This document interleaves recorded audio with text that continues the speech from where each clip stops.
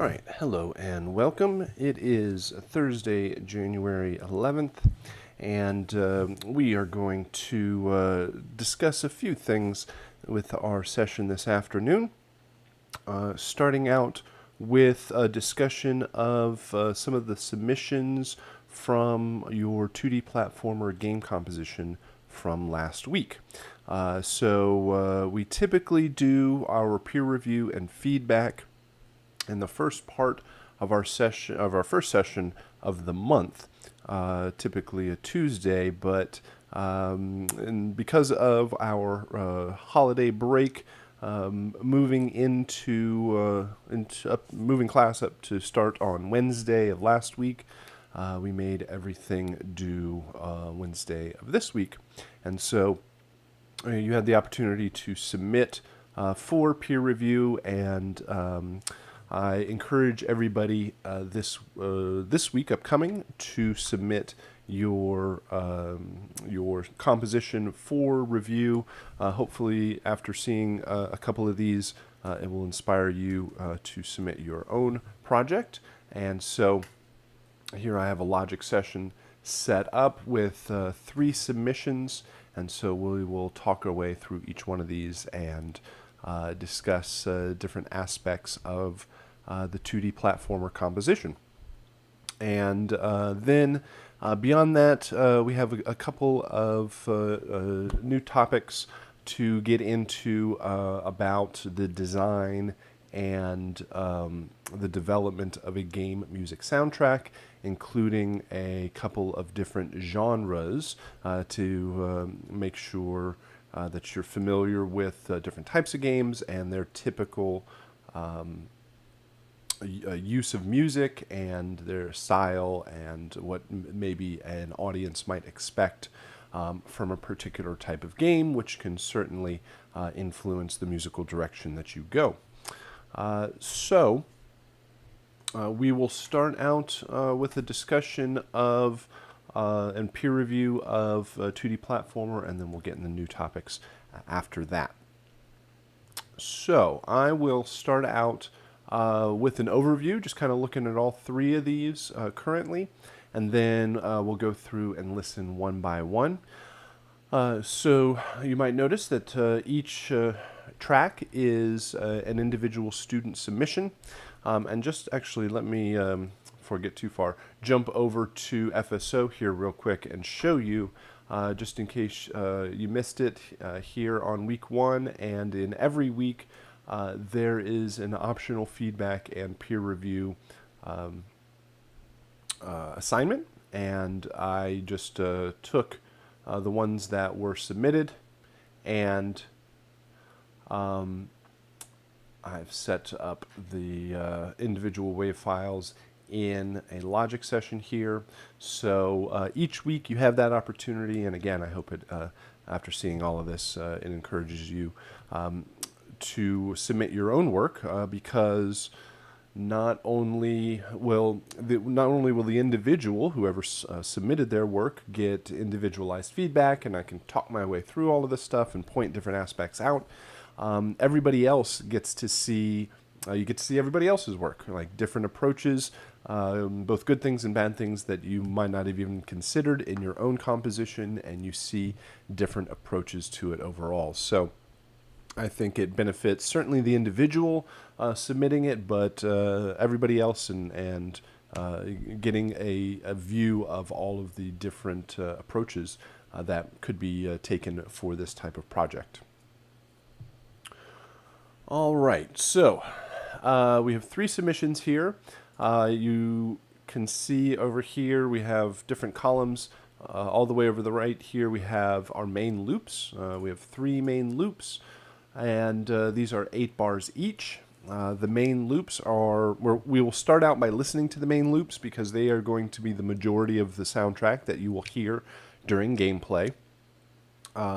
They are meant to loop if necessary, where we'll reach the end and jump back to the beginning of the file, but it also needs to be able to transition into the next file seamlessly. We're really paying attention to consistency, consistency in instrumentation, consistency in the overall mix, and tempo, and the chosen key that you're in. You need to maintain all of those properties of your music so that things aren't jumping wildly from 8-bar loop to 8-bar loop.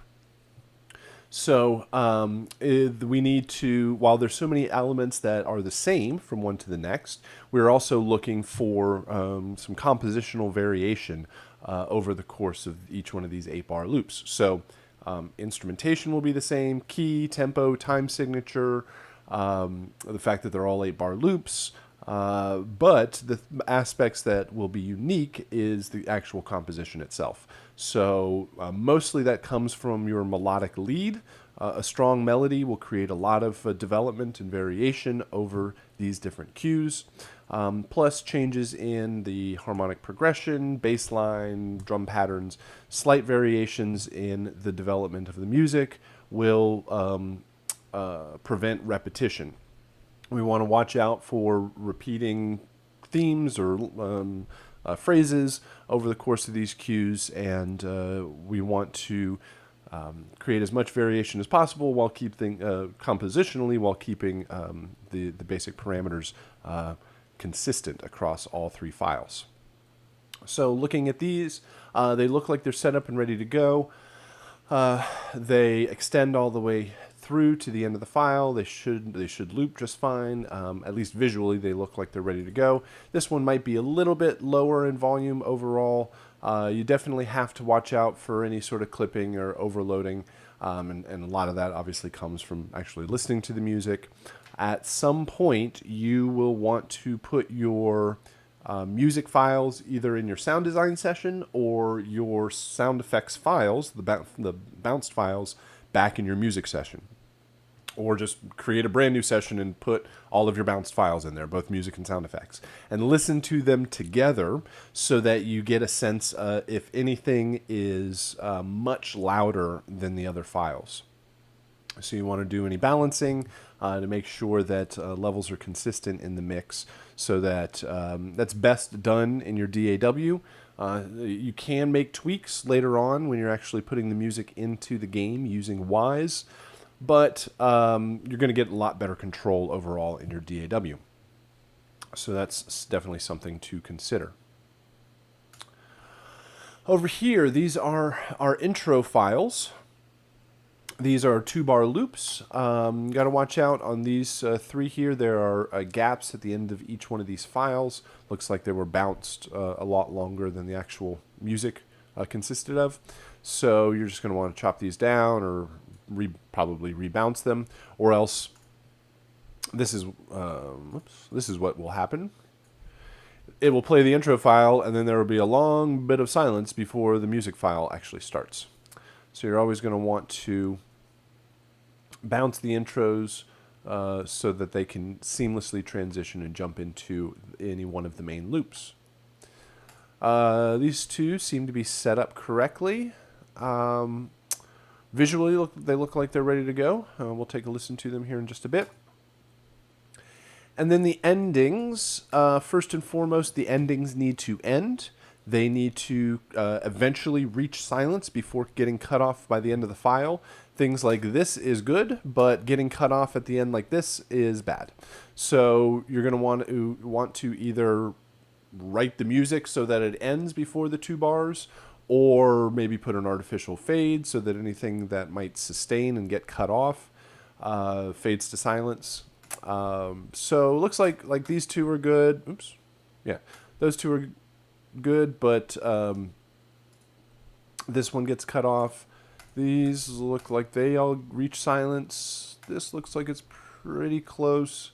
These two look like they get cut off. So you just don't want any like cymbal crashes or sustained instruments or reverb tails or anything like that just to get cut off by the end of the file. All right. Overall, that seems to be a lot of the things that we're paying attention to. Of course, that's just looking at it. So let's take a listen to each one of these. Again, I'll start out at the main loops, and then we'll listen to the intros and endings that go right along with that.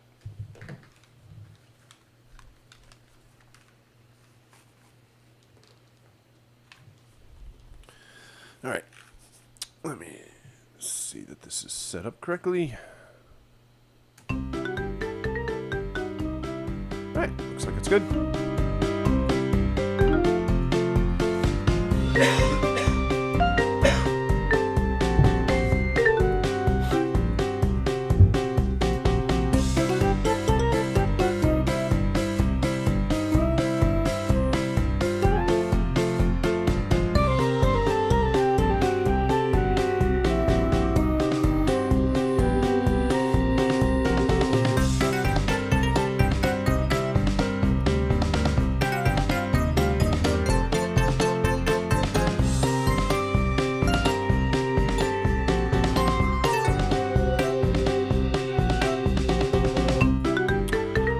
Has got a great overall feel to it.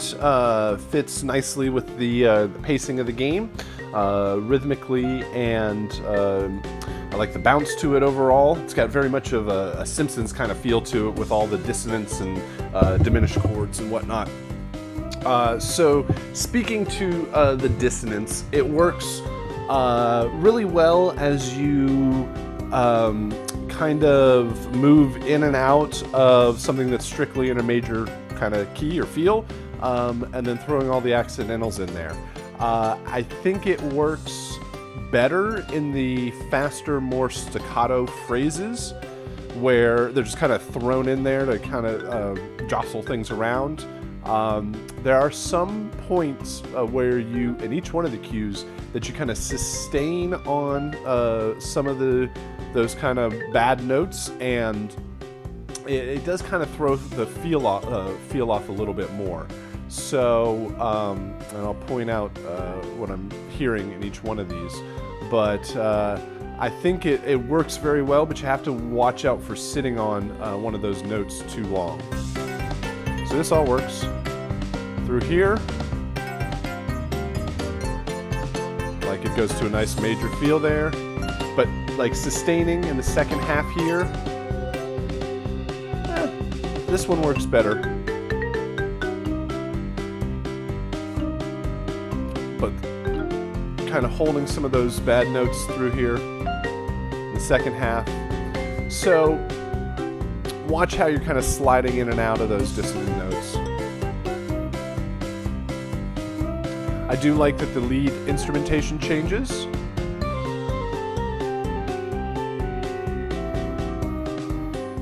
Again, just the kind of bounce and the feel of it overall works very well, especially for a kind of ridiculous alien invasion game such as this. Again, watch the... I'll just actually do this way so we can cut these down. Oops, not the same amount. Okay, well, that helps a little. Okay, 3 intros.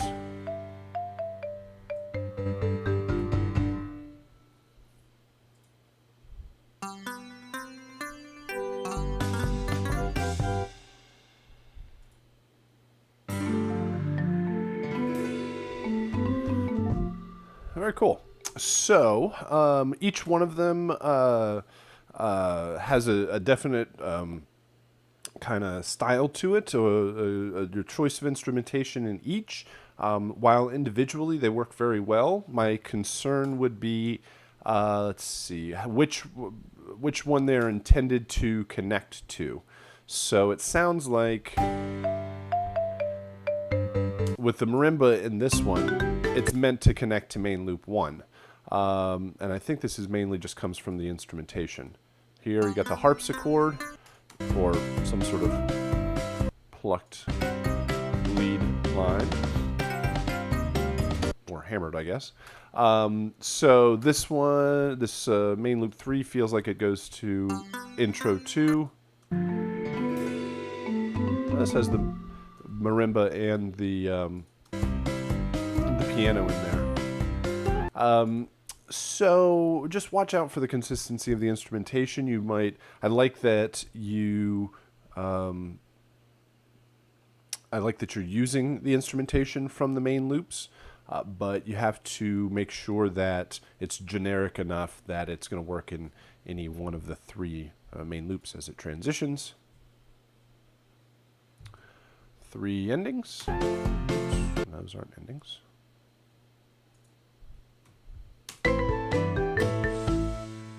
Cool.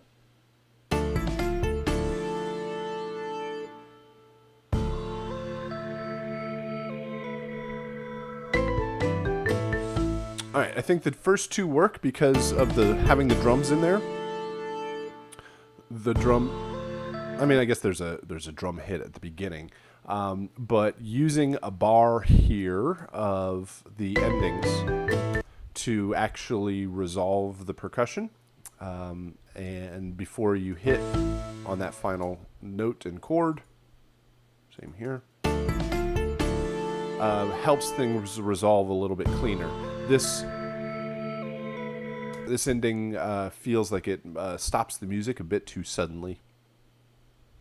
And again, make sure that this one gets faded to silence so that it doesn't get cut off at the end. So overall, works very well. Will fit mostly in the game. Certainly, you're going to want to. The most easiest thing and most obvious thing would be chopping the ends off of these intros. Compositionally, it works very well in the main loops. It's certainly subjective and open, but maybe watching some of where those dissonant notes and those accidentals and how long you sit on those notes might be of concern. Make sure to work on the consistency of your intros and endings as they go in and out of the main loops with your choice of instrumentation, and just maybe clean up that third ending. But good stuff overall. Good place to start. Let's go here. Well, maybe. There we go. All right, let's listen to the 3 main loops.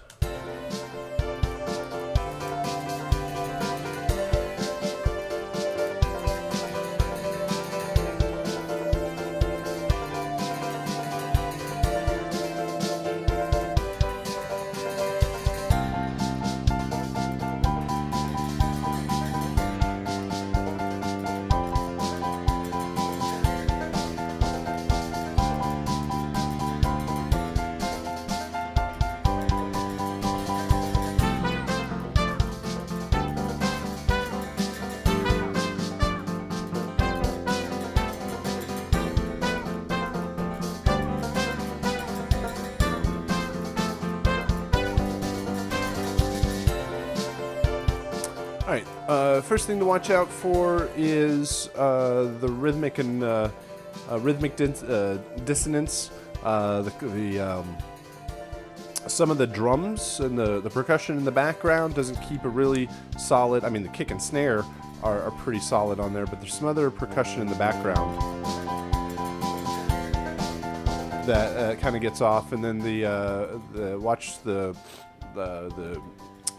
piano lines, the bass line. There's a lot of rhythmic clashing overall through each one, and then watch out for the chord progression and the bass line in your melody. There's some clashing between those layers also, so you're going to want to tighten everything up with quantization, and then maintain the key across all of the instruments. Watch out for the repetition in like the piano as it goes back and forth between 2 chords and plays the same pattern. So make sure that you kind of tighten everything up musically. Like I like the melody in the 3rd main loop is well, the other ones don't really have much. There's the piano line. This is the brass. It does kind of get buried in there overall. Actually, that sounds like this one. So yeah, it sounds like it's repeated just between different instruments or different articulations on that brass. So you're going to want more variation in the melody, a strong melody in each one of these cues. 3 intros.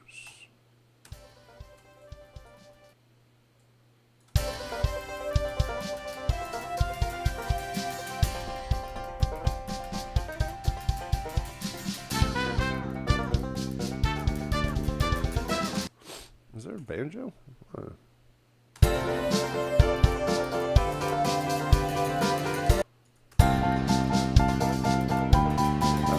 Yeah, I didn't even notice the banjo until I heard it in the intros. So yeah, watch the balance of the instruments. Make sure everything is present in the main loops. That works as an intro.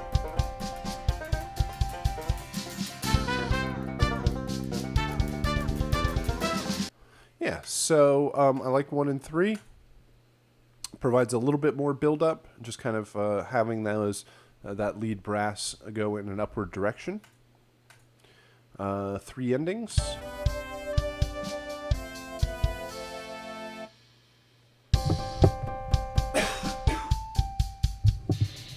Cool.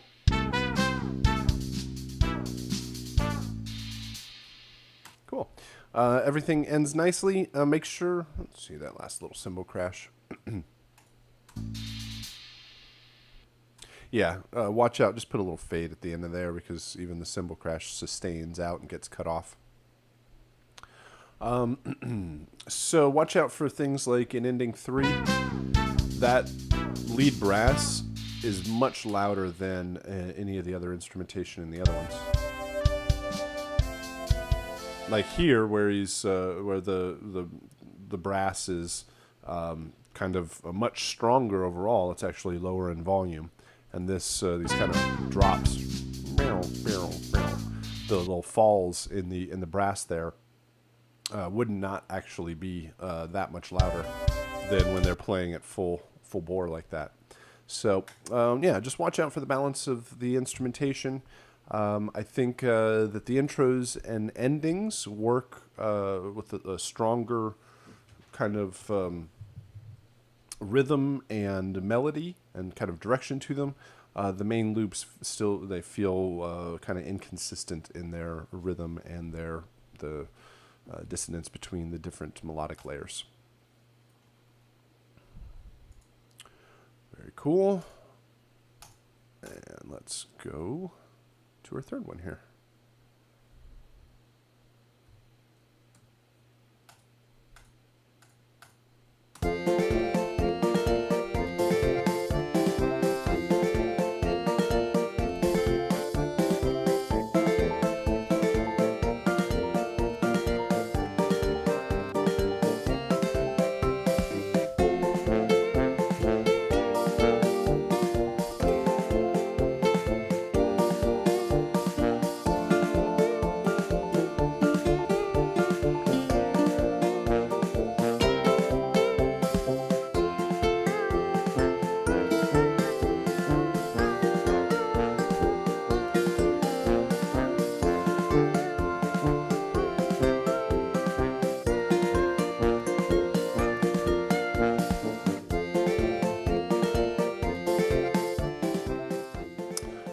It's got a great, again, great feel to it, good pacing to it. It's got a kind of keeps the energy going throughout. I would say that the lead lines, especially in 1 and 2, are buried back a little bit and could be a bit more present. And then I would say watch out for the kind of bending strings sounds in 2 and 3. I think they work well if they're placed a bit more sparsely throughout.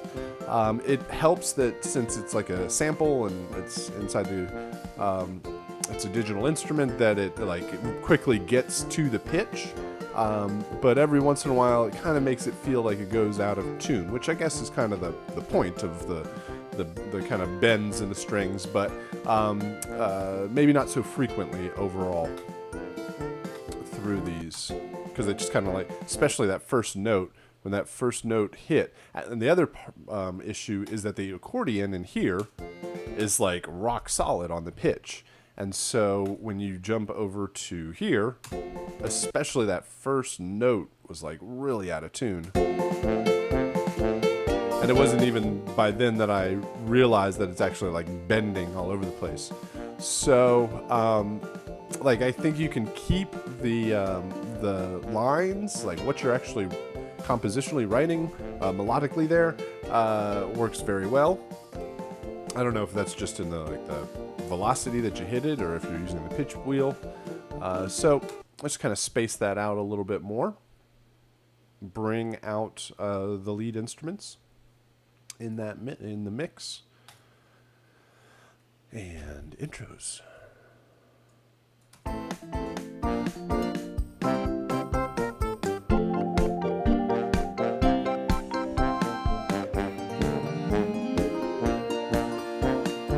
Cool. Yes.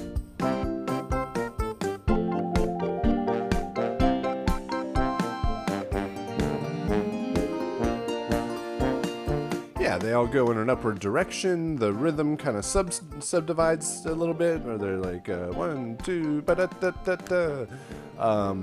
And again, to speak to the bending notes in the main loops, since these intros, they don't do that at all, it's going to throw it off a little bit more. There would kind of be a sudden change when you go over the main loops. So, yeah, I think those intros work very well. Endings here, make sure they don't get cut off. Get really close. It might actually make it. This one gets to silence. This one looks like it gets cut off just barely. Yeah, let's try.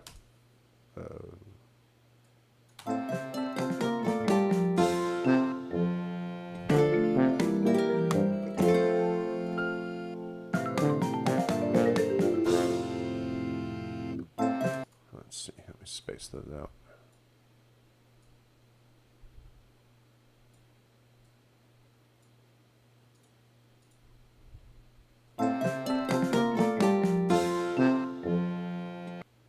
Yeah, it gets cut off.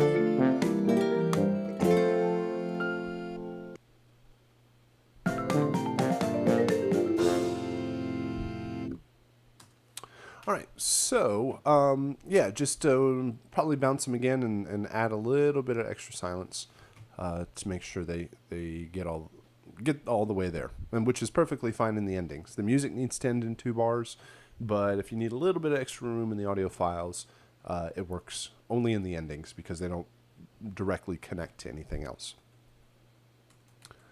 All right, so 3 good projects to listen to, and we got some good things to talk about on each one of them. So again, I hope that this encourages everybody to submit for your Angry Bots composition by this week, so that we'll switch this back to our first session here in week 3 coming up. We will do peer review for Angry Bots on Tuesday when we meet again next week. So definitely want to encourage you to check out the peer review and submit your own work. So now we are going to switch over to our topics here, which would be our regularly scheduled programming in the second half of week 3. So I will switch over to our slide presentation. All right, hello and welcome.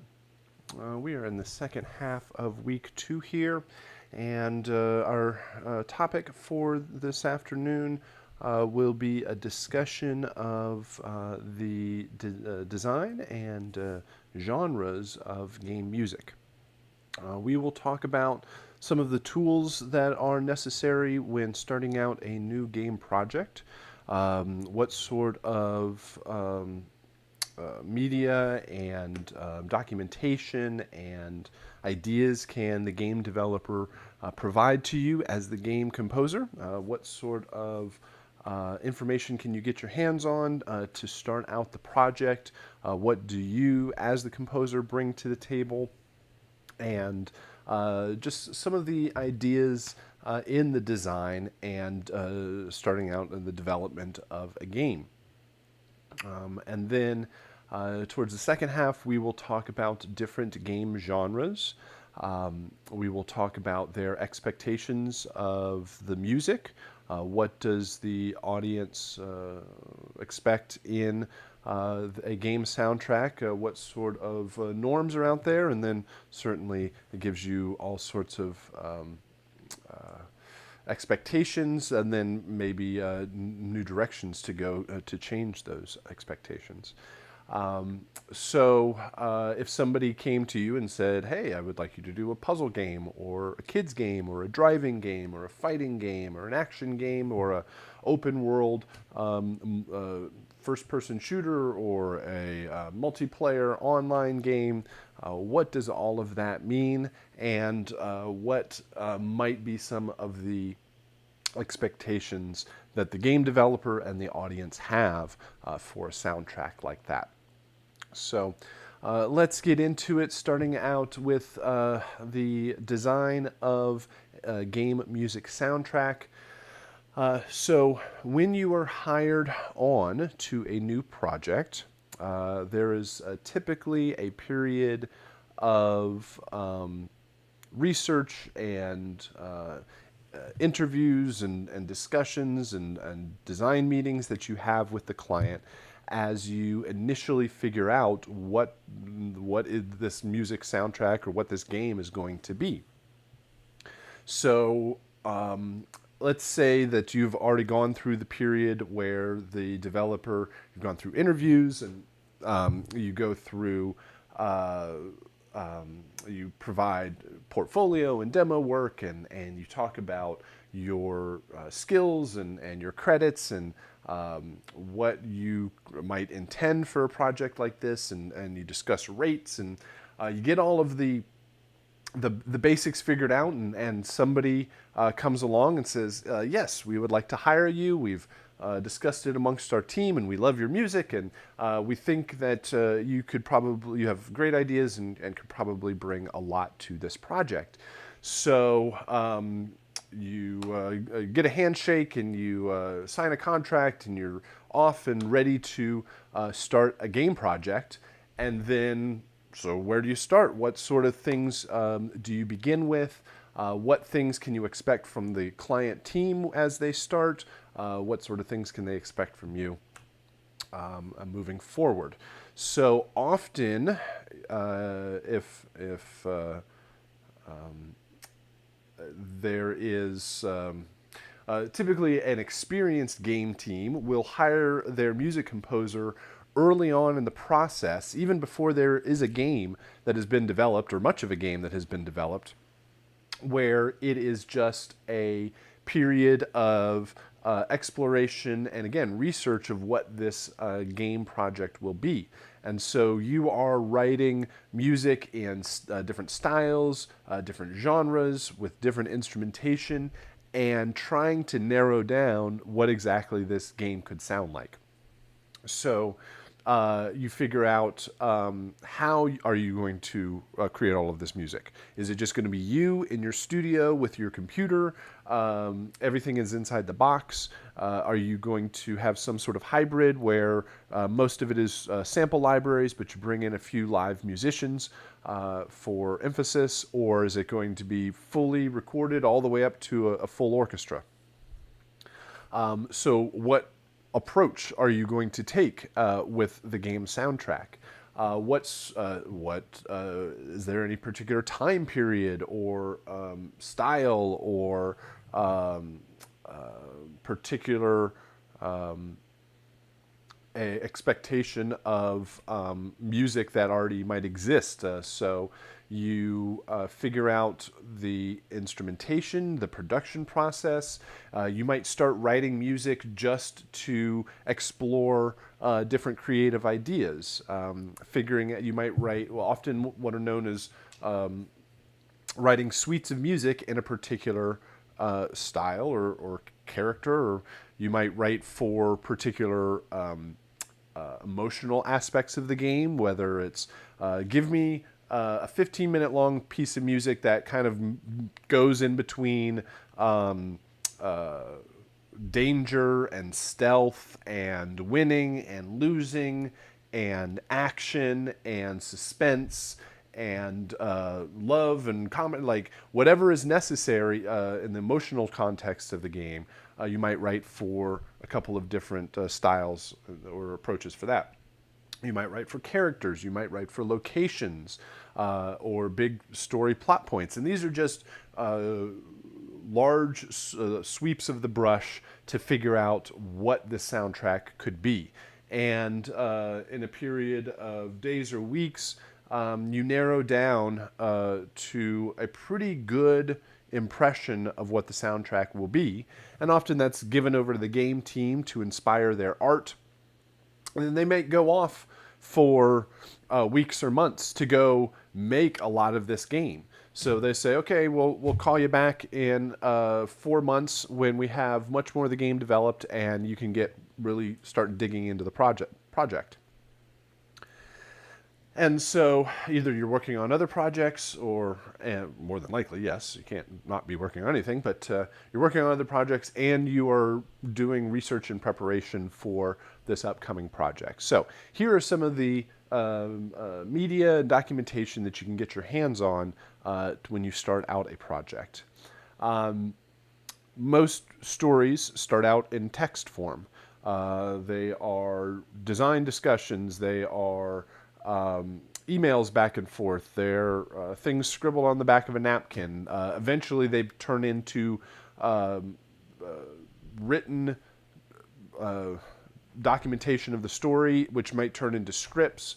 Often games are generally storyboarded out, especially animated and scenes or cut scenes in a particular game, where you know that your game is a kind of story-driven game, maybe levels. A lot of games are like this, where you're dropped in the beginning of level 1 and you have to fight your way through level 1 and you get to the end of that, and then you have a cutscene that may last for 2 or 3 minutes. And then you have to fight through level 2. Start at the beginning of level 2, fight your way to the end, and then you get another cutscene. And so you know that your game has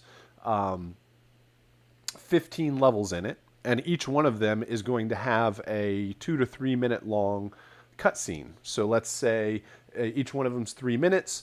There's 15 of them, so there's 45 of your minutes. Then you have the game has to have a beginning, has to have an end. So each one of those, let's say there's a beginning scene that takes 5 minutes, and if you beat the game, there's another one that's 5 minutes. And so there's an extra 10 minutes. And so now you know generally that you need almost an hour's worth of music, even though these things haven't even been created or developed. At least as you're mapping things out, you know at big plot points or objectives or quests or discussion, like interactions in the game, that some of these things might be mapped out and are typically mapped out pretty early on in the process, so that art and music and sound design and programming and all those things can be developed and created for them together. So getting your hands on any sort of written documentation certainly would be a place to start. And that includes what is often known as a design document. And a design document can kind of sort of be thought of like a business plan for your game. A business plan is if you were going to start a business and you needed to go to a bank to get a loan, or you needed to find investors, you need to have a business plan that is a plan for how you plan to do business. What sort of good are you going to create, or service are you going to provide? Where are you going to set up shop? Who are your customers? How are you going to do business? How are you going to create or manufacture or provide the service? How are you going to create your storefront? How are you going to market yourself? How are you going to get paying customers? And ultimately, how are you going to make everybody, all of your investors happy, pay them back or pay back your loans, and make everybody money off of this business so that people will invest and you can get started? Well, Much in the same idea, a design document, if a game company wants to build a game and they don't have the millions of dollars that it takes to fund a game, depending on the size of it, they need to find a publisher. And a publisher will fund the game project and then sell the game after the fact and make all the money and share it back with the developer. So a design document will provide an outline of the game and should be a full documentation, hopefully from beginning to end, of what the game is actually going to be, so people can literally be on the same page when talking about the game. There's always some sort of document that everybody can refer back to as the intention for what the game is going to be. So, like it says on the slide, characters, levels, gameplay, story, goals in the game, what technology, what is the game? Is it a console game? Is it a mobile game, iOS or Android? Is it on PC or Mac? Or how are you going to sell it? How are you? Who are the characters? What's the story? And this gives you a large amount of information to build your design for the music. And so there should be a page or a chapter or whatever that is music. And so you look at the contents and it says, points you to where the music is. You open up the page to where it says music and sound design, and it says to be determined by the game composer. And so you're either like, well, that's great because you have a lot of creative control as the music composer. Sometimes this is really challenging because you have to figure out exactly what their intentions are with the music. But some companies will tell you exactly what they want. They have the experience, or they're familiar with music and sound enough that they can specify exactly the sounds and how much and where they all go. But a lot of game companies hire you as the music composer because you bring all of the ideas. So I've had a lot of clients look at me and go, I don't know, that's why we hired you. All we want is amazing music. And it's kind of up to the individual to actually provide it and make it all happen. So, but for all of the other aspects of the game, it will make sure that your music will provide all of the necessary aspects to fulfill the design of the rest of the game. An asset list. This is a list of all of the WAV files that you will provide, or all of the media files. Most likely they will, at least in our world, will be WAV files. Hold on just a sec. Let me take a quick pause.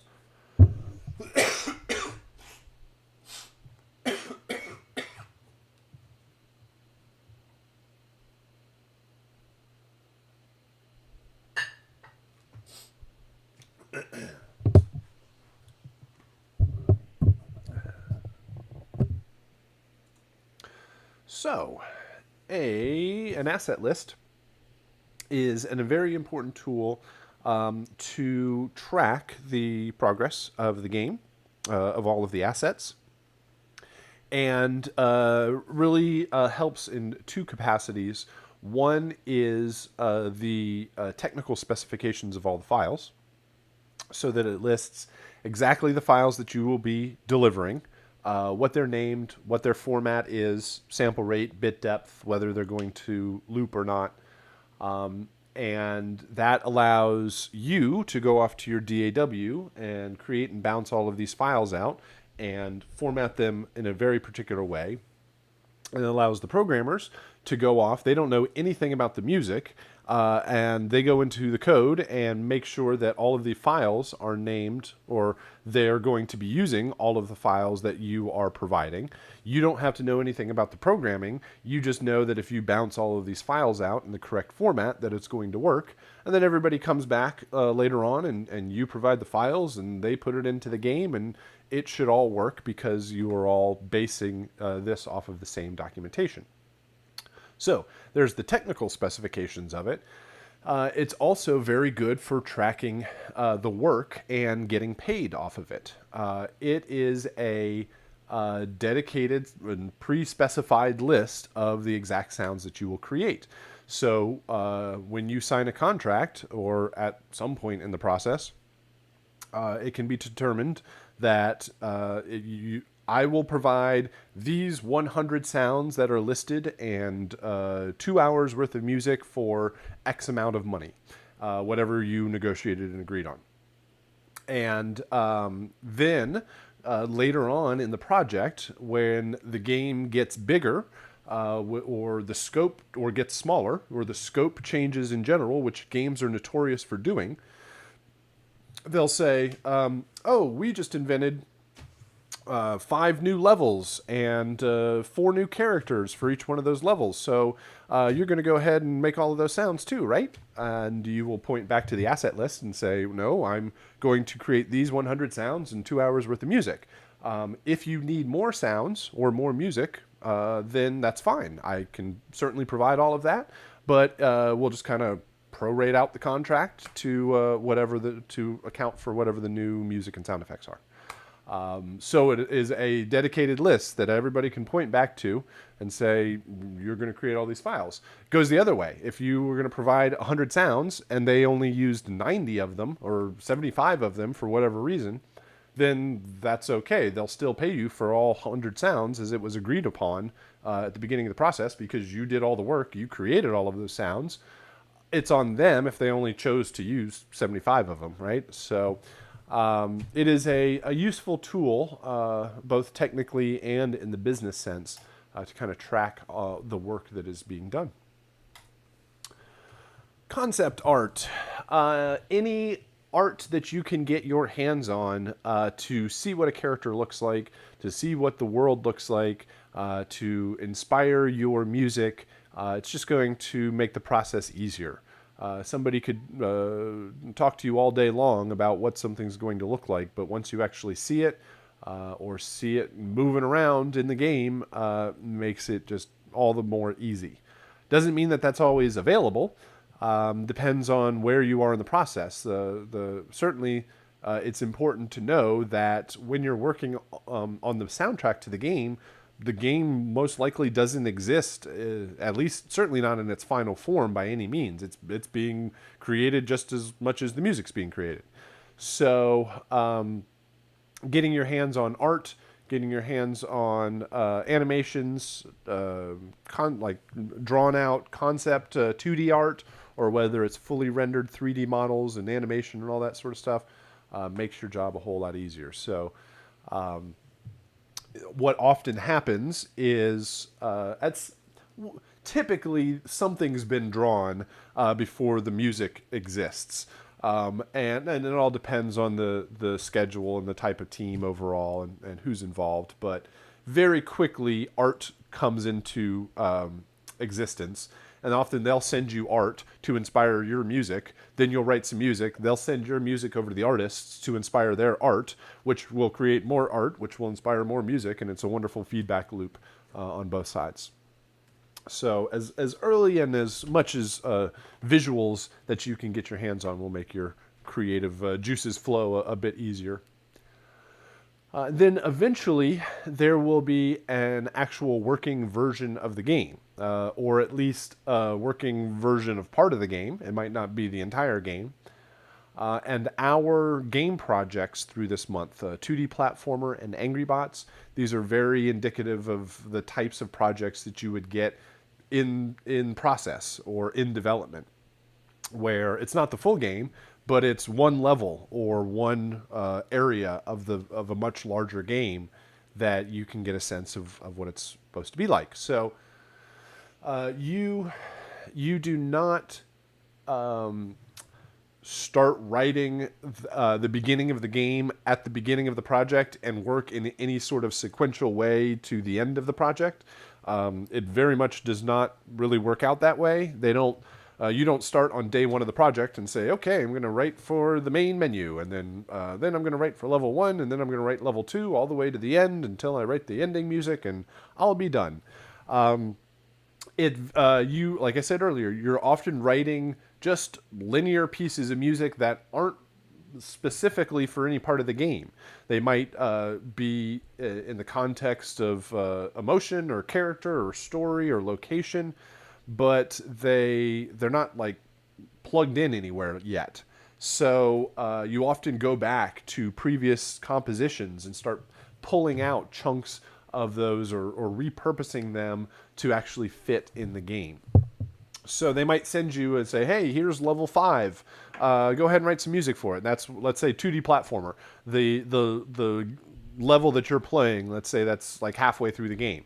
Okay, write something for this. So you go either write new music for it, or you pull out of something out of your archives and place it that works for that particular part of the game. And as more of the game is developed, you're plugging in more of the music that you've already written, and it's working its way into the game. There's also something typically called a vertical slice, which is one complete functioning level or section or part of a full game. Whenever you watch a game trailer and it's like a teaser trailer, or it's really early on in the process and it looks really amazing, more than likely they made that one little part of the game look completely awesome and function as it should, while the rest of the game is just a burning heap of crashing projects and bugs all over the place. Meaning that they will focus on one sliver of the game that they can take back to the publisher, show off, hey, this is what the game's going to be like, and look how awesome it's going to be. And basically get a lot of feedback and show off their work, maybe make trailers for it. Sometimes you'll see like alpha and pre-alpha footage at the bottom of a trailer, that a game trailer, that says this is really early on in the process, but here's what it looks like. And so you might be tasked with writing music for demos or trailers or things like that in that particular style of the game. And then we have research.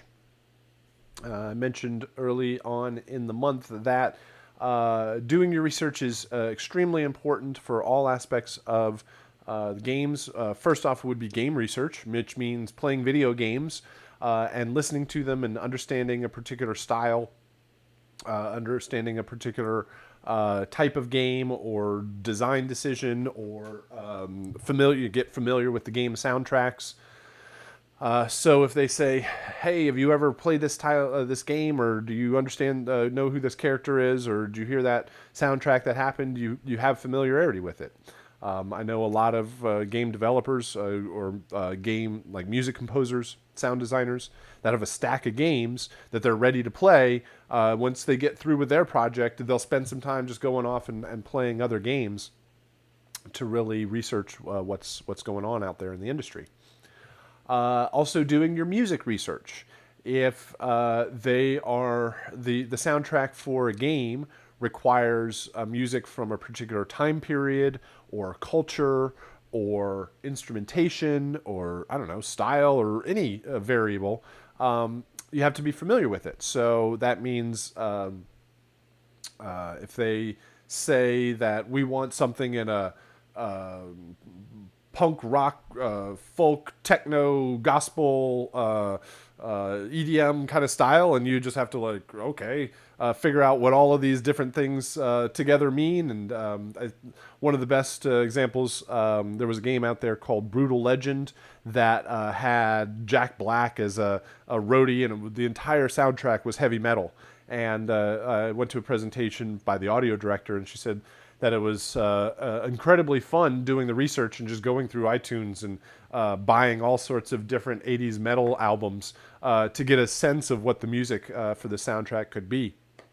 So especially styles and approaches that you are less than familiar with, figuring out who those what instruments do you need? Who are the performers? Are you able to, is it just going to be you playing all of the instruments, or do you need to find particular people that can pull that off?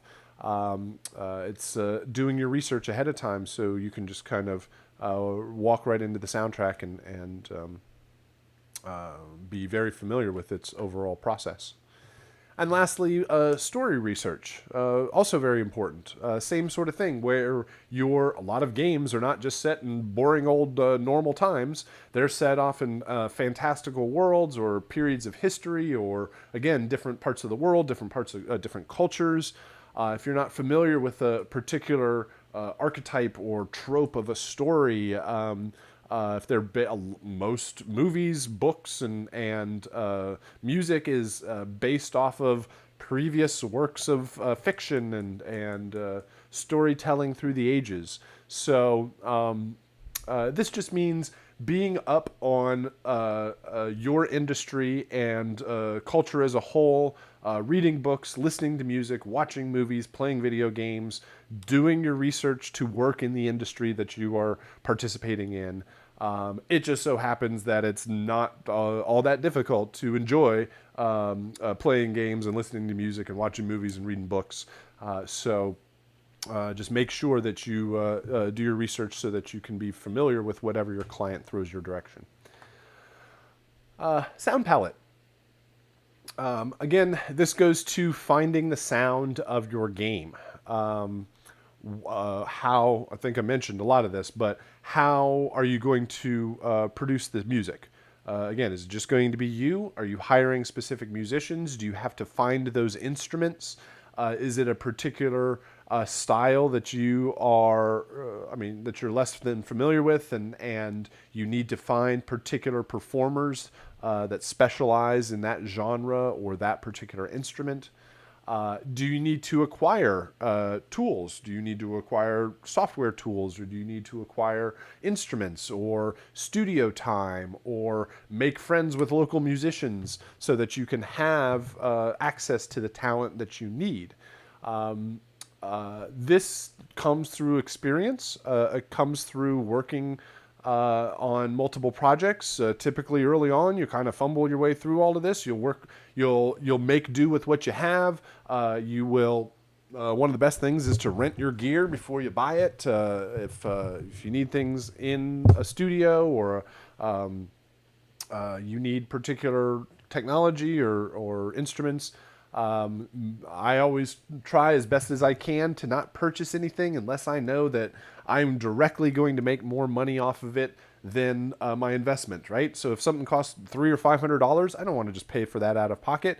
I would rather get a project that I know needs this particular piece of gear, and if I'm going to make $600 off of it, well, then a $300 piece of gear might be a wise investment in that case.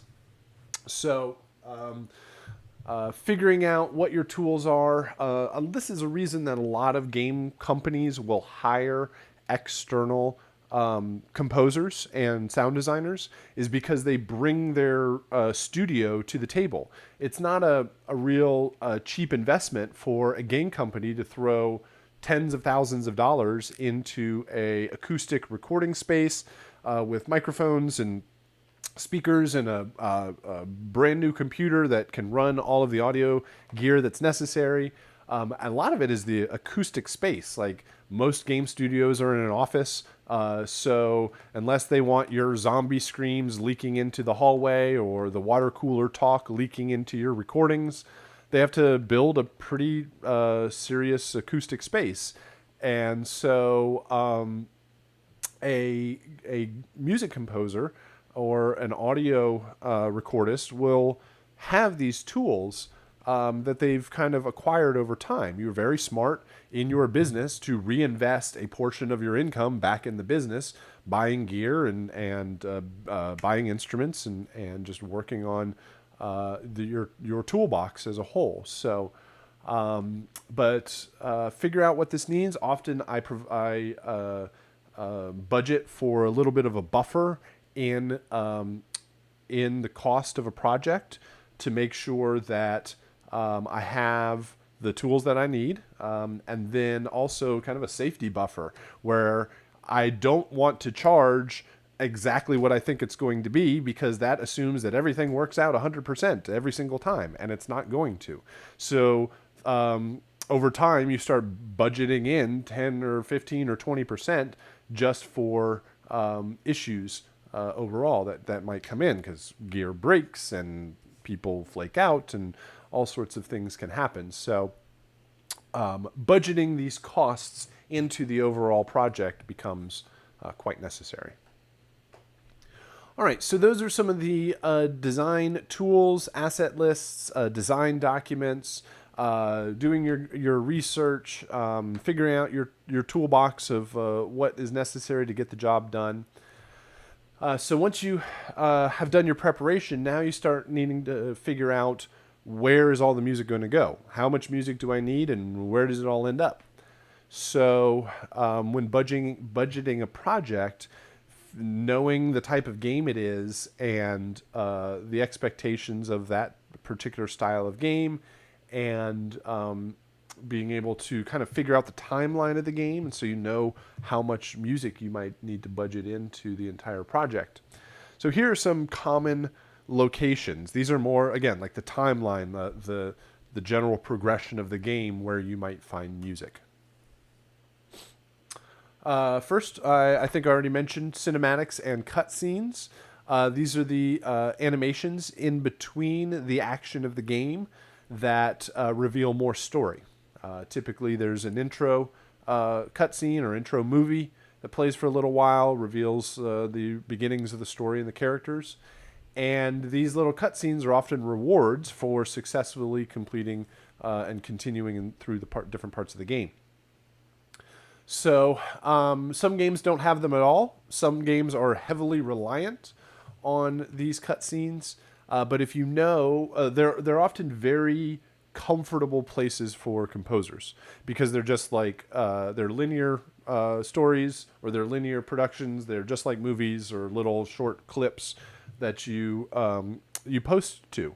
So it's like traditional linear music production.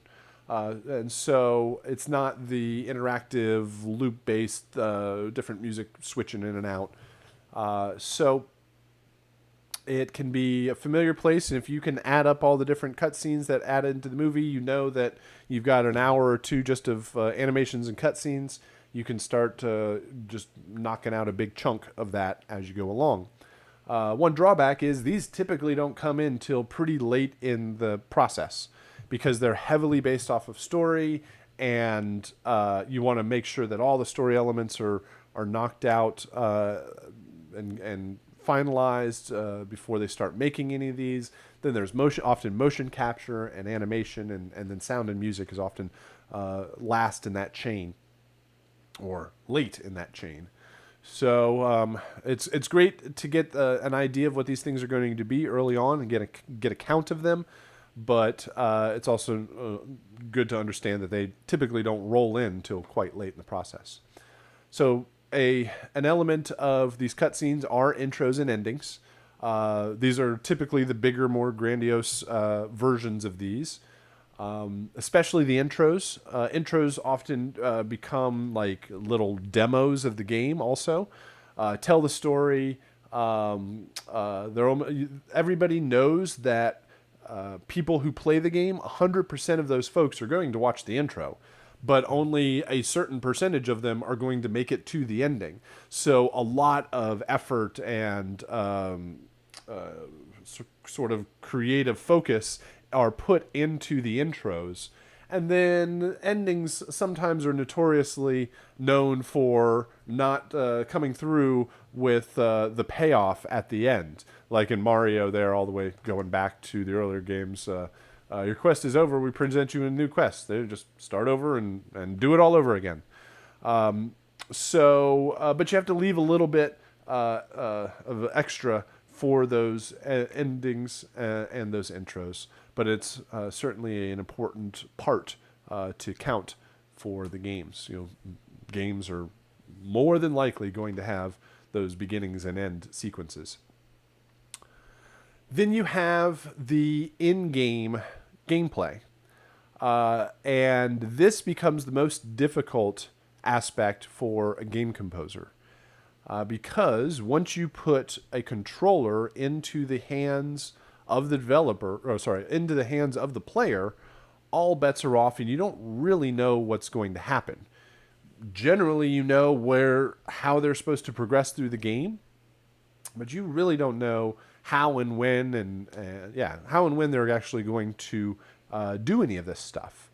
So some people will run through the game just guns a-blazing, blasting everything in their path, and just hauling all the way through the game, and might even skip a whole lot of different content in the game just to successfully and skillfully get through it in a faster pace.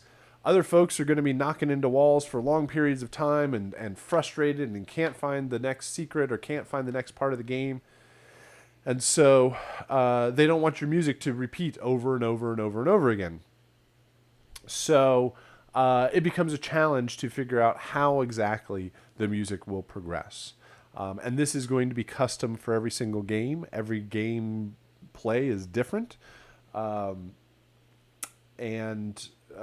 there are certain consistent elements in certain types of games that you can rely on, but each game will take its own unique approach. So this is probably where you'll spend most of your time and the conceptual and design aspects of the development of your soundtrack.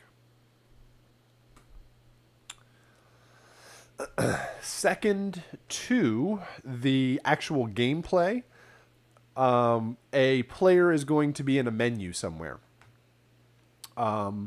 The most of your time is actually playing the game, but second to that, you're going to be in a main menu, you're going to be in a pause menu, you're going to be in some menu where you choose your weapon and choose your armor and choose your spells and your all of your equipment and your inventory, and there's a journal and there's a map and there's all sorts of stuff that you can do in a pause screen.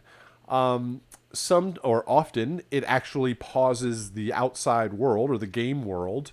Often there is a pretty strong musical and sound design difference where often the action in the game is really intense and there's lots of sound, lots of music, and then you hit pause and this kind of soothing soundscape comes in.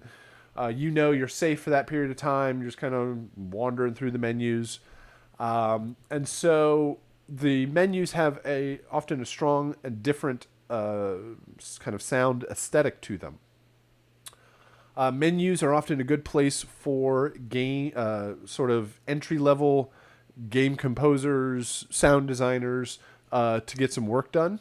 A lot of times, menus are kind of a later thought in the game process, and where a music composer has to work on all the big sections of the game. A junior level or an assistant can come in and do a lot of the work in the menus. The reason for that often is you're probably not going to win any amazing awards off of your interesting sound design or your music soundscape in a menu. There's often a lot of work for little payoff. Nobody's going to be like, wow, did you hear all those amazing sounds? I mean, every once in a while that happens, but you have to model the overall aesthetic of the rest of the game. So it gives you a good place where you own all of that work and you're just kind of following along with the feel of the rest of the game. So, and every game has them, and sometimes they're really just boring and they just go bleep, bleep, bleep as you click around the different menus. Some of them have really interesting approaches in menu design. So it's sometimes the game development team is like, whatever, as long as it goes beep, beep, then that's all I care about. Sometimes you can get some really good, interesting design there. Game trailers.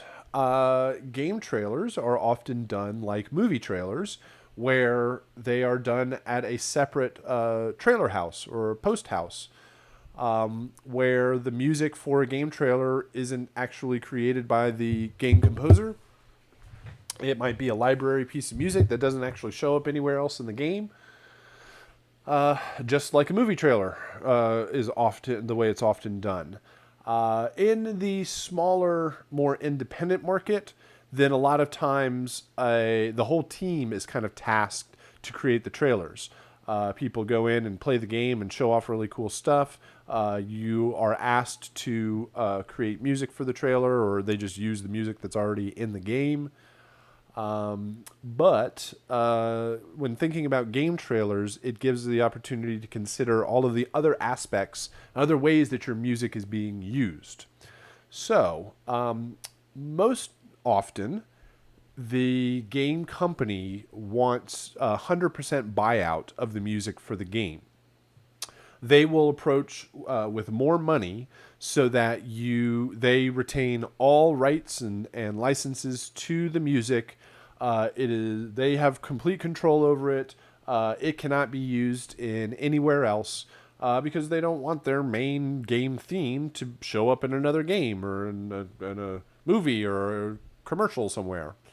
So a lot of times, especially the bigger companies, will actually want to do a 100% buyout, and so they'll pay more money up front. Smaller, more independent game developers may not have the money up front, and so you can retain rights to the music and the soundtrack to make up for that. So consider where your music is being used beyond the actual game itself. So you can, obviously, you are licensing the rights to the music for the game, but does that mean they have rights to the sequel to that game?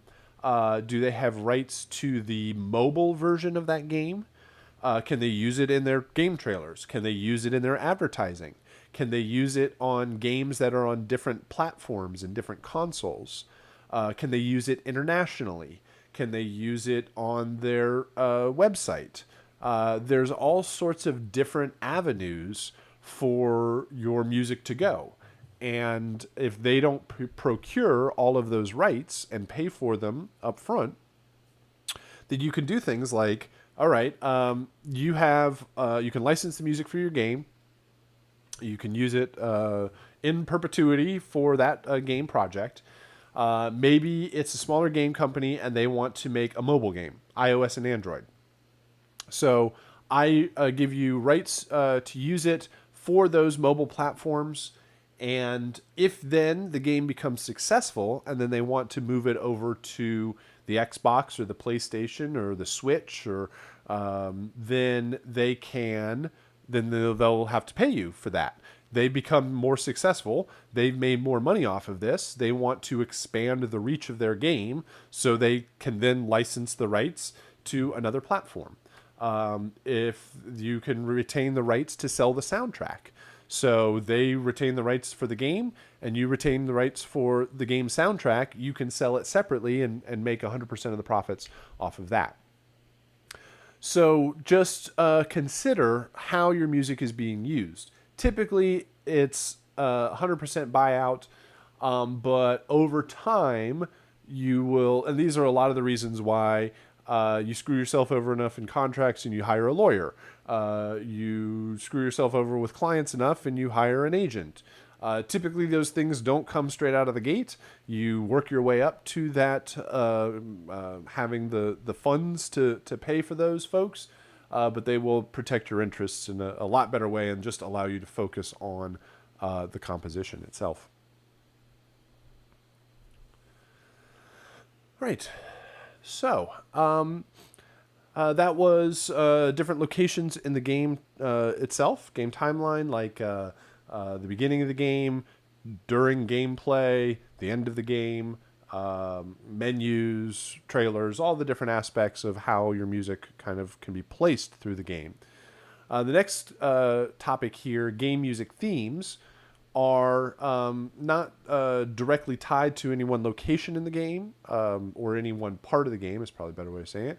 This is tied to different thematic elements, whether it's a character, whether it's a location or part of the world, whether it is a thematic idea like courage or winning or loss or destruction or whatever it is. Games often can use reoccurring thematic ideas, very much just like movies, to provide different locations for more music. So if you can identify those places throughout a game, again, it will fill out your map and the kind of the skeleton of the game overall, so you can figure out more places to place music. Hold on, let me take another quick pause here.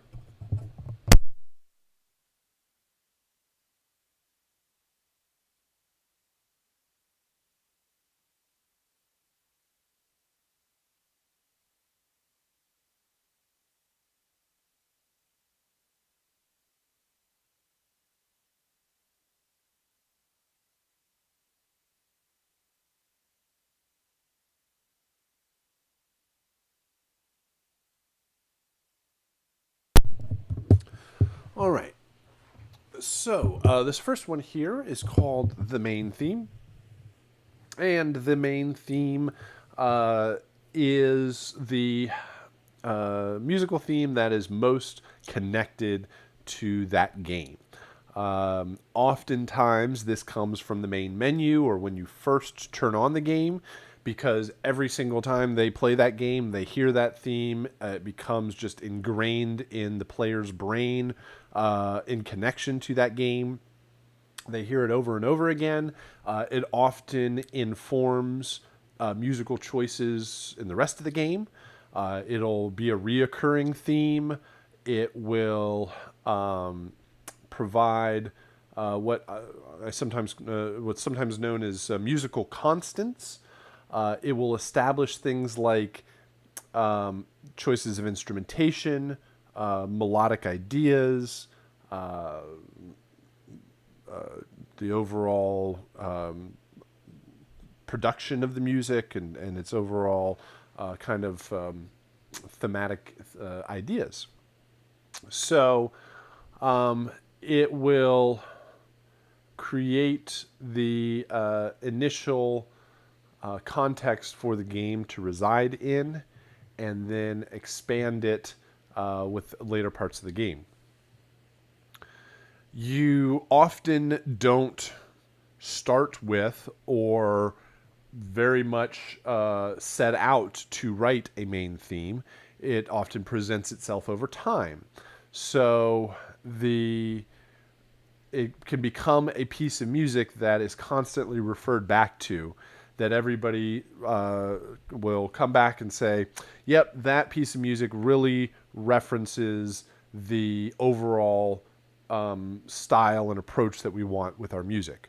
The game team, you as the composer, everybody returns back to it every once in a while and says, man, that piece of music really represents this game as a whole, represents the rest of the soundtrack, and is also often deemed and becomes the main theme over time and reveals itself.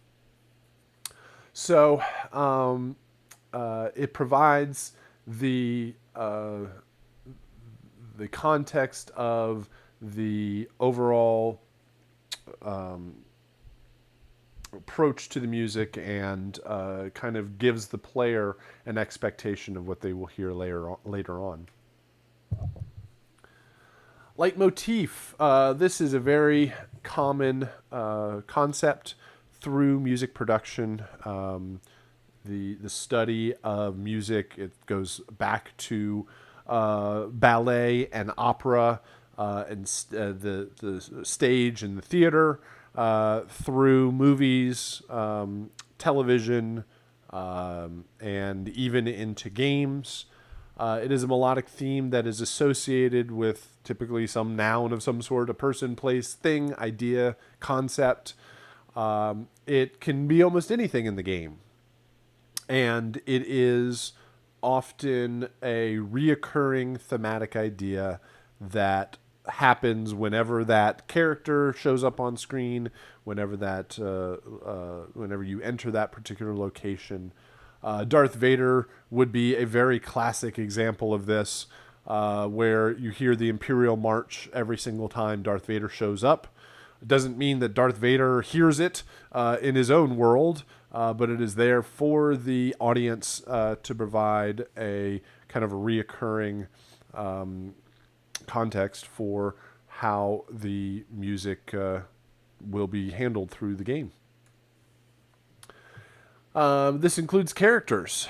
where this is a very common approach. If you know that you have 5 heroes in the game and a cast of 20 different types of enemies in the game world, well, it doesn't necessarily mean you need 20 different character themes, but you often have the hero theme.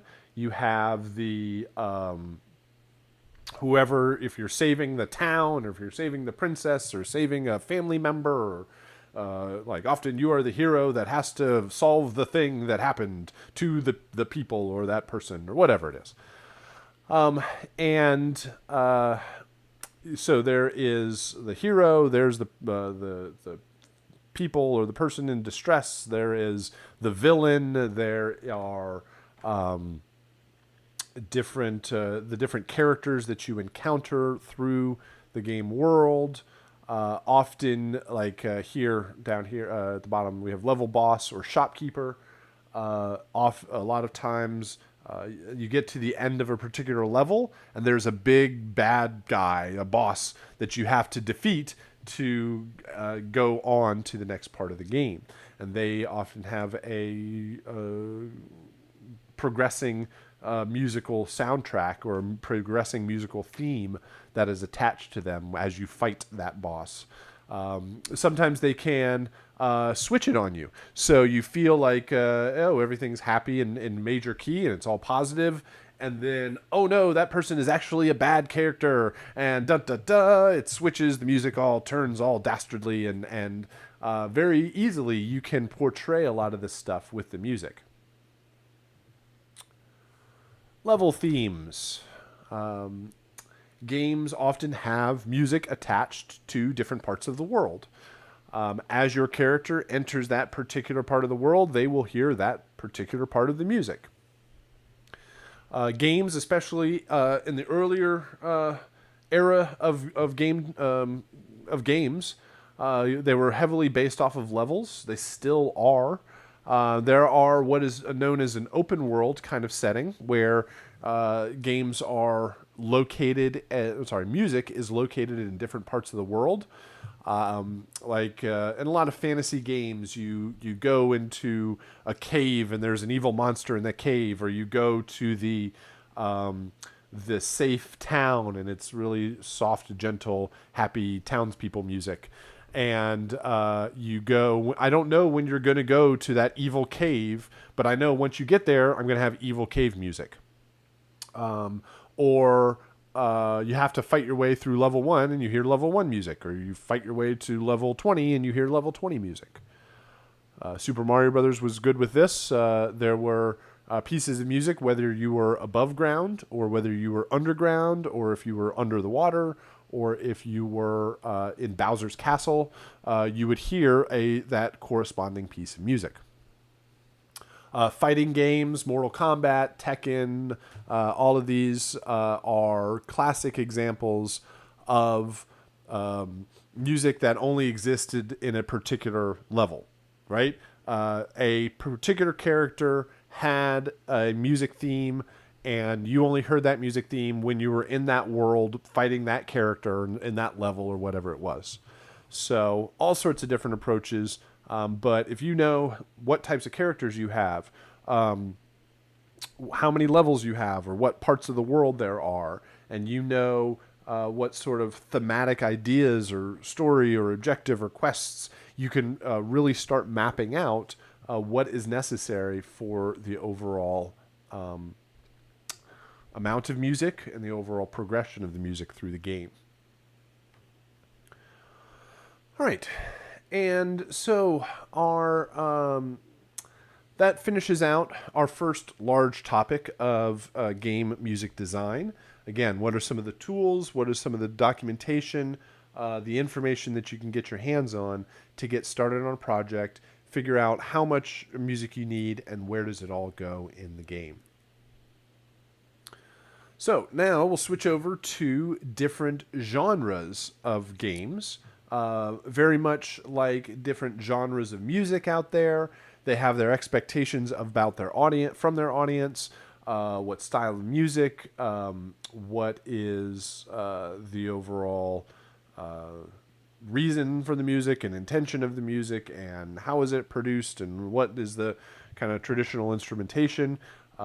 Just like music genres, there's all sorts of things that break different genres, that don't fit in any genres, that cross different genres, and games are very much the same way.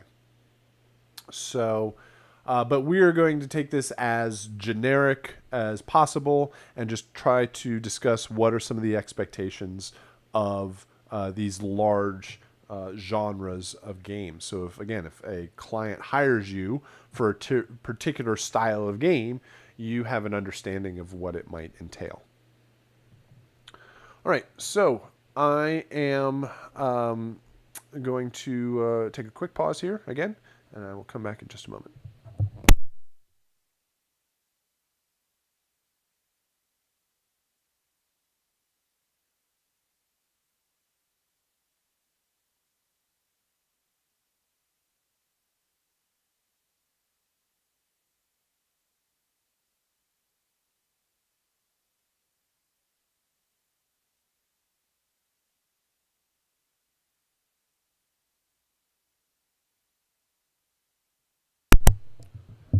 Okay, so starting back to the dawn of gaming era with arcade machines. And while the existence of arcades is less popular now, arcade games have certainly morphed into all sorts of variations on home computers and mobile devices. But back in the day, there used to be these big rooms filled with these large machines that made a whole bunch of noise, and they were found in your local movie theater or pizza shop or a mall or something like that, and they were arcades.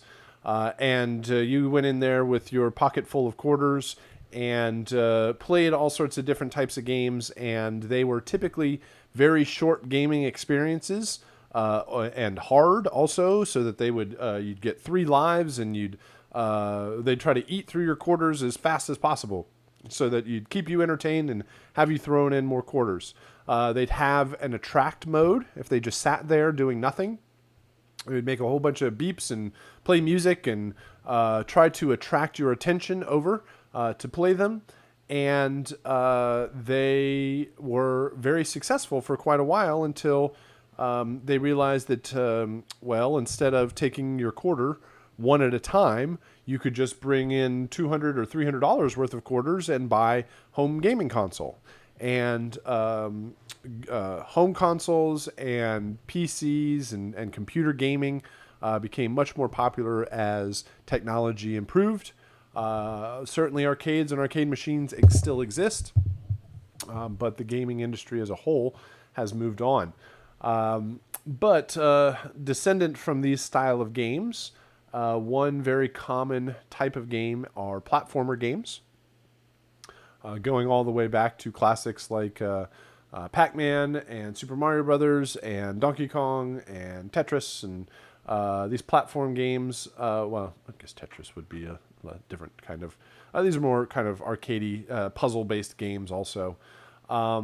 These are typically you are running and jumping from platform, and you're shooting or punching or jumping on the bad guy's head. And a lot of these came from arcades and found their way into modern gaming systems. So these are great places to start out in game development because they are typically smaller games, easier in scope. They don't require massive amounts of music and lots of very high-end technology.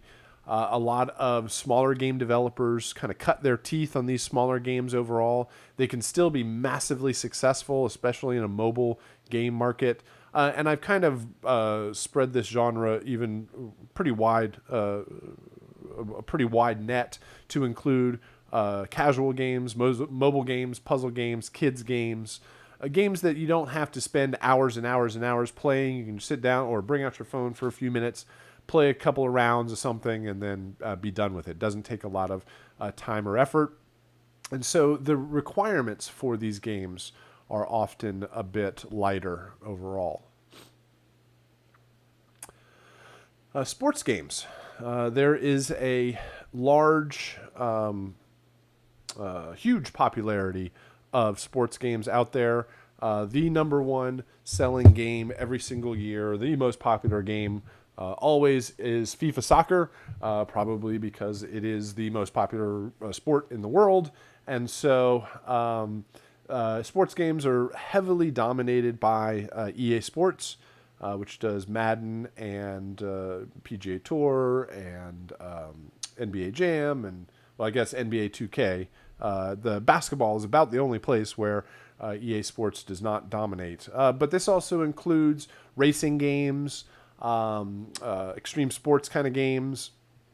A sports game tries to mimic the feel or the kind of experience that you would get in a stadium or in the on the field or where in the actual arena or whatever, like in the environment that you would be watching the sporting event.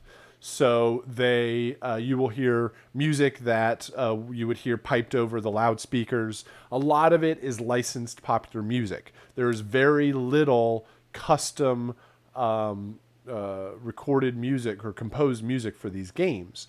A lot of these games are released every single year with the particular sports season. So they know that maybe 6 or 8 months ahead of time, they're looking at new upcoming artists, popular artists that have an album that's going to drop in the next couple of months.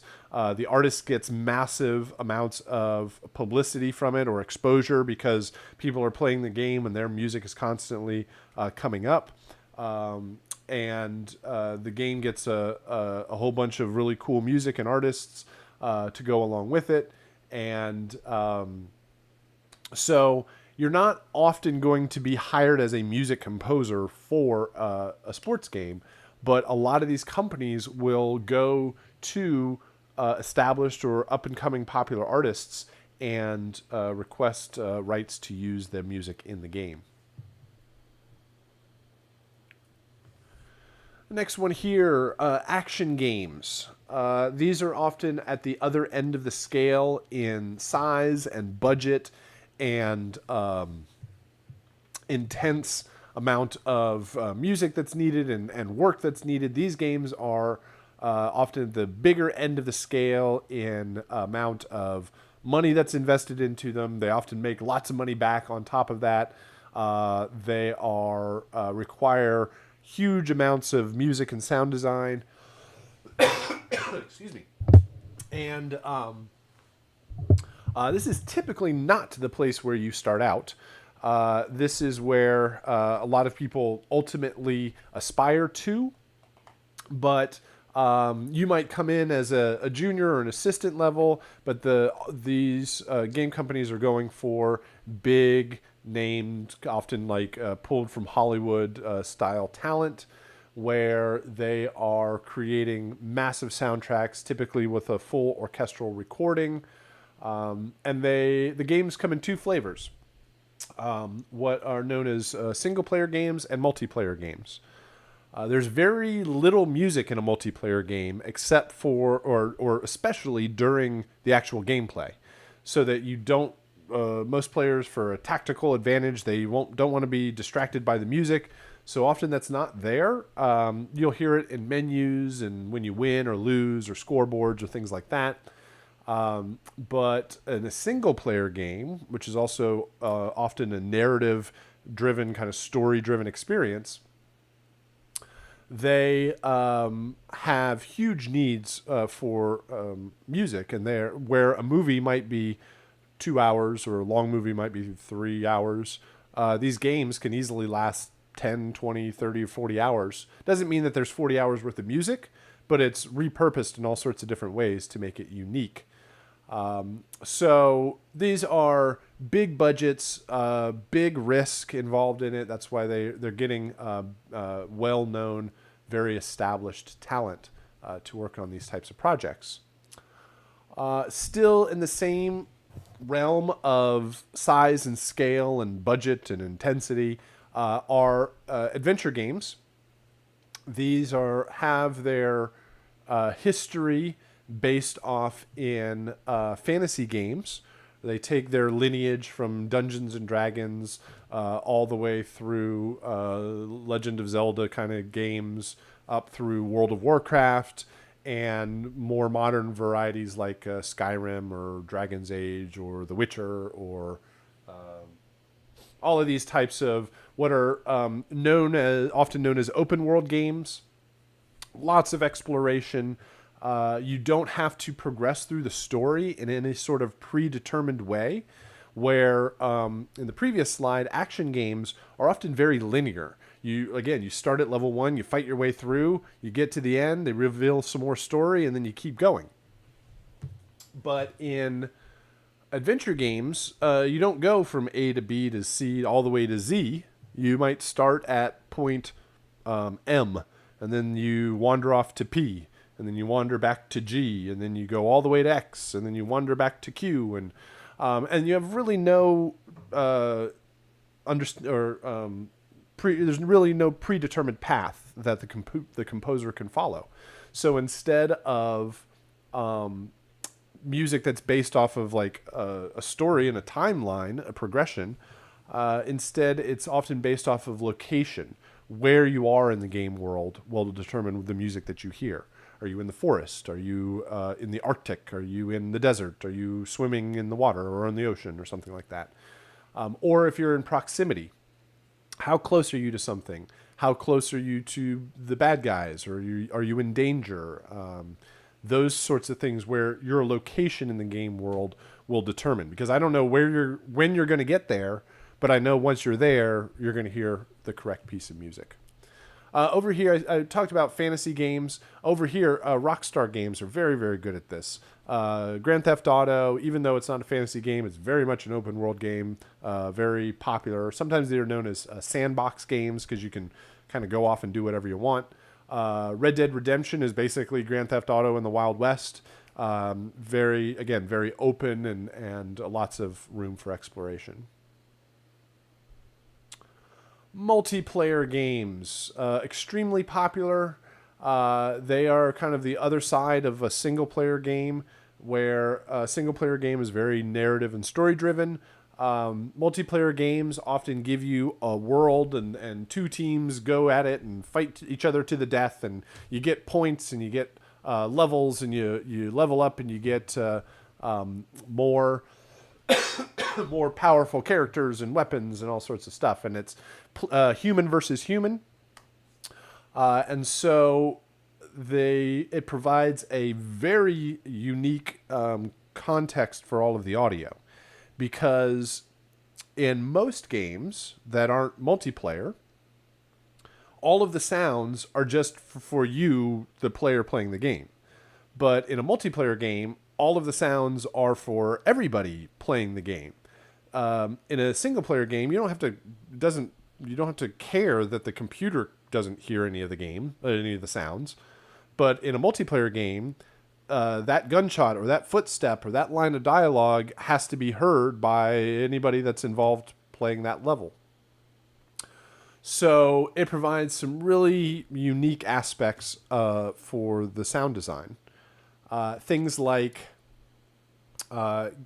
your computer can talk to a server somewhere, another computer that has multiple computers or multiple game consoles, multiple Xboxes or PlayStations, all connected to some central computer somewhere, and they can play a game in real time and see all of the action that transpires and hear all of the sounds. So on my and you can play 4 versus 4 or 8 versus 8 or 16 versus 16. I think the bigger games get 64 players all at the same time. There's some games that can get even bigger than that, especially on a PC. But a lot of games are kind of limited to those numbers. But it still could be 64 Xboxes all kind of connected through a server. Each one of them has the possibility of doing a 5.1 surround mix. So what happens is you are on your game console. Everybody is playing the same game. They all bought the same game disc. They all have access to the same music and sound effects. So audio doesn't actually transfer over the internet, right? Excuse me. You are on your computer and you fire your weapon, and your computer goes, okay, your game goes bang. Your your game console tells a server somewhere, and it says, hey, this person over here went bang, and they are at this location, and they are faced in this direction doing this thing.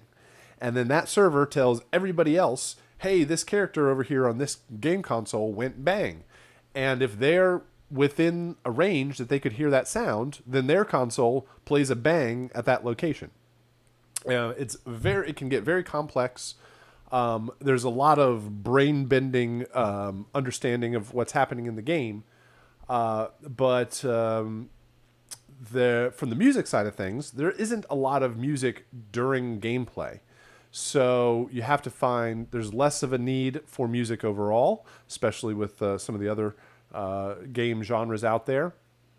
But it needs to be very specifically placed. Then, of course, there are mobile games. It is certainly important to understand the restrictions that might be placed on you when working on a mobile game.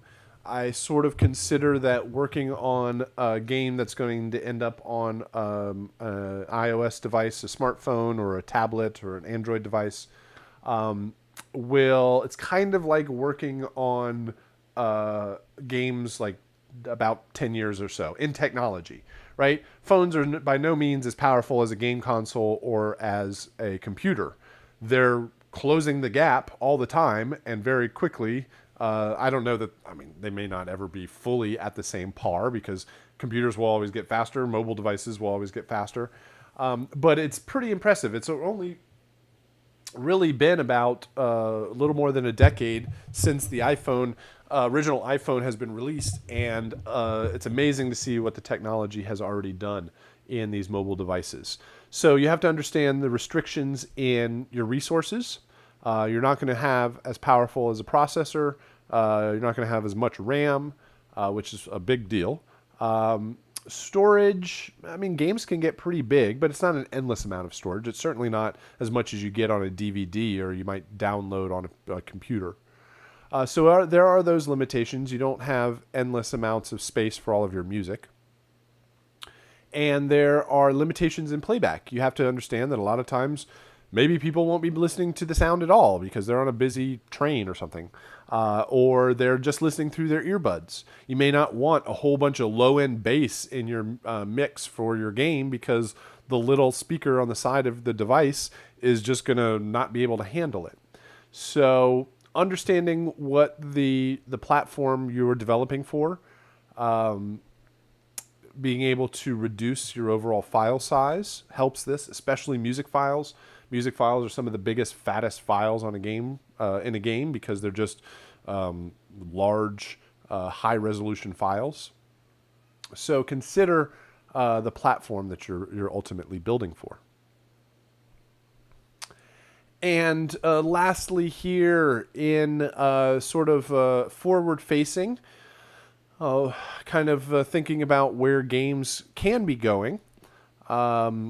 Technology like virtual reality headsets and 3D audio presents some very unique uses of the music. Provides a whole new world for your music and an understanding of how it's going to work.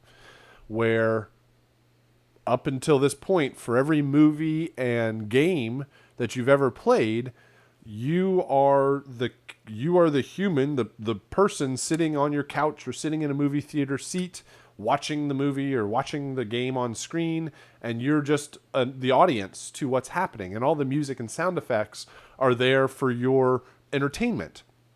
It doesn't mean that the character actually hears the entire soundtrack in the game world.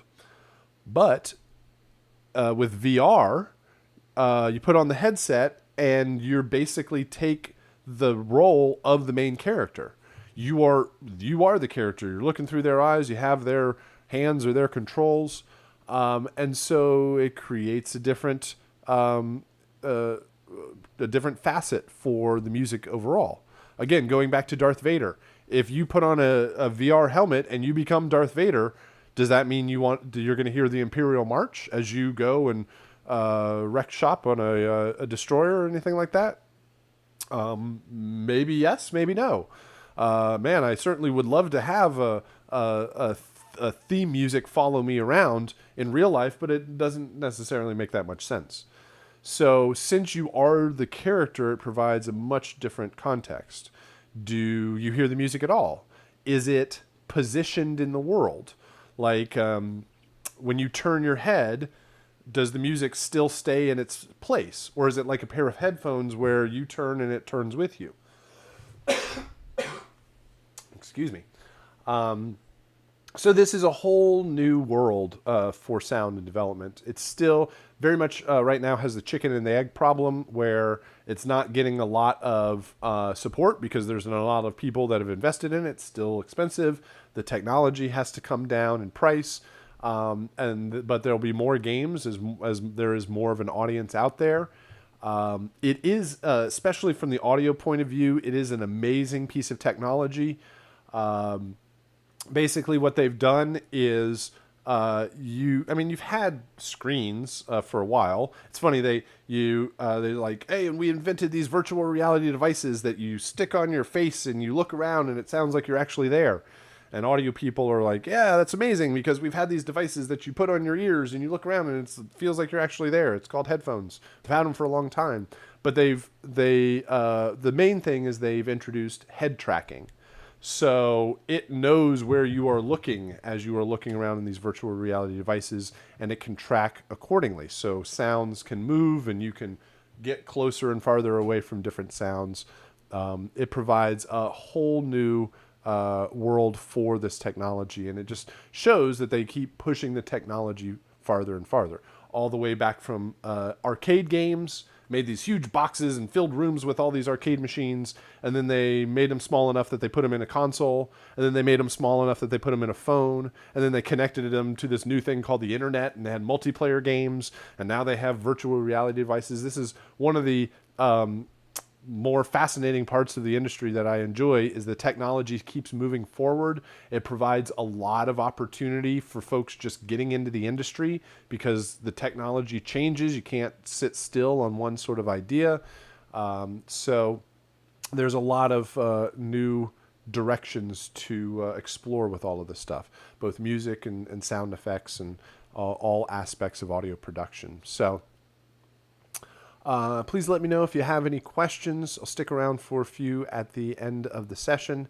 But hopefully overall that gives you a solid introduction to the design, some of the design ideas and tools that you might procure at the beginning of a project, and then talking about different game genres and their expectations from a client or expectations from the audience, so that when somebody approaches you with an adventure game or a sports game or an action game or a mobile game or a VR game, you might have a little bit more of a idea of what that entails and the size and scale of that type of work. So all right, let's go ahead and wrap it up there.